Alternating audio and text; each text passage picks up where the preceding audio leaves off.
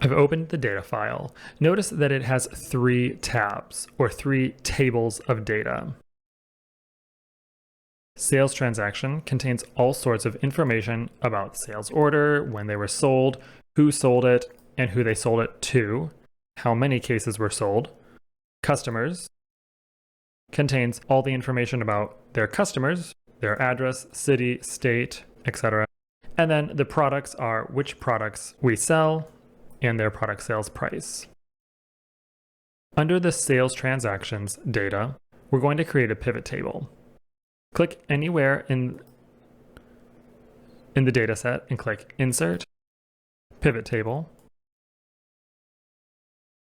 And before we click OK, we want to say Add this data to the data model. Then click OK. Excel has read each of these 3 tables into the pivot table. So notice over on my pivot table fields, I'm under the active screen where it shows sales transactions.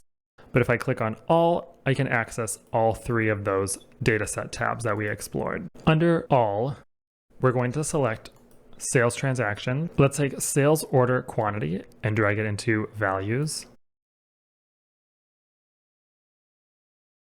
Then sales order date, and we want to grab the month versus quarter or year. Let's look at this by month and put that into columns.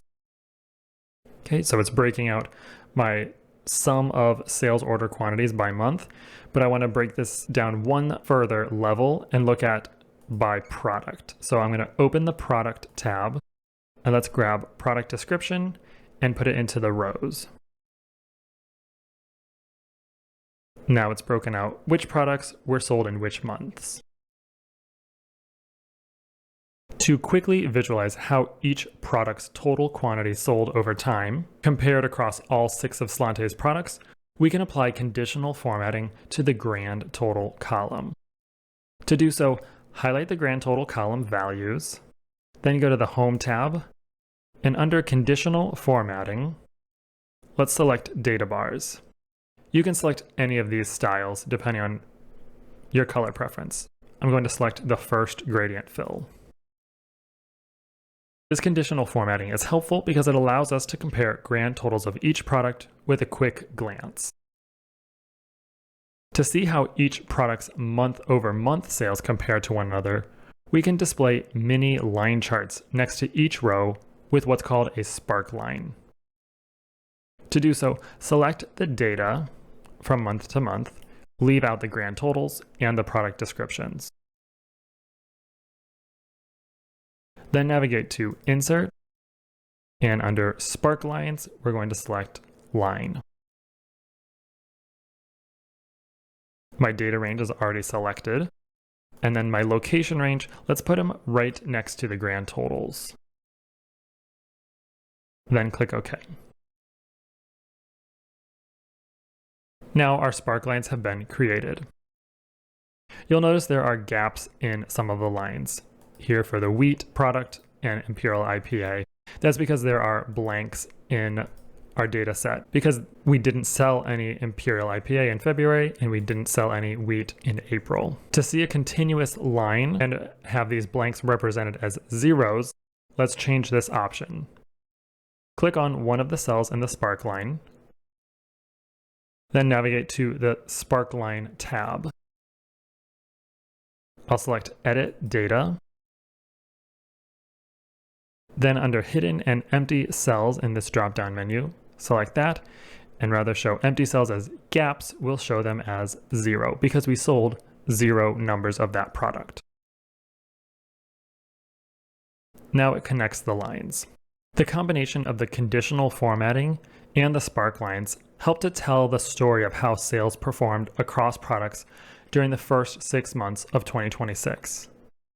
The conditional formatting in the grand total column provides a quick, easy summary of how each product performed overall. And the spark lines offer a quick, easy summary of how each beer performed month over month.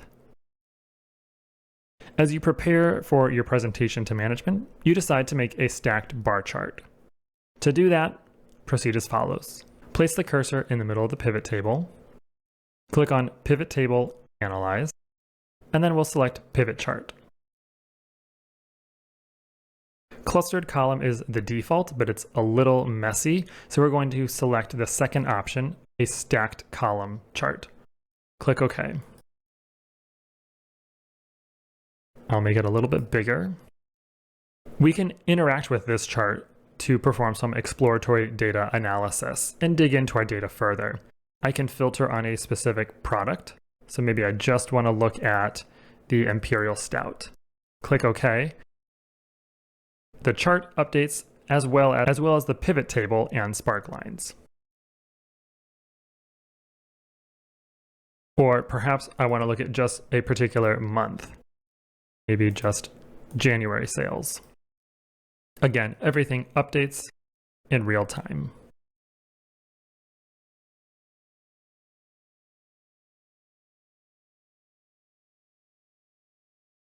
Let's move on to the assessment questions. Which beer sold the most cases over the 6 months?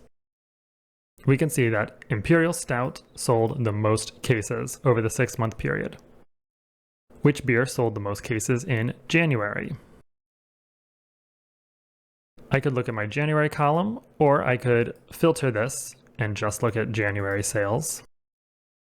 And I can see that Stout had the highest bar for the month of January. Which beer sold more cases in June than January?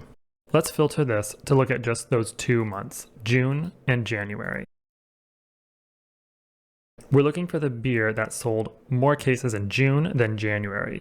June is represented by the orange, so I want to find which bar has more orange than blue.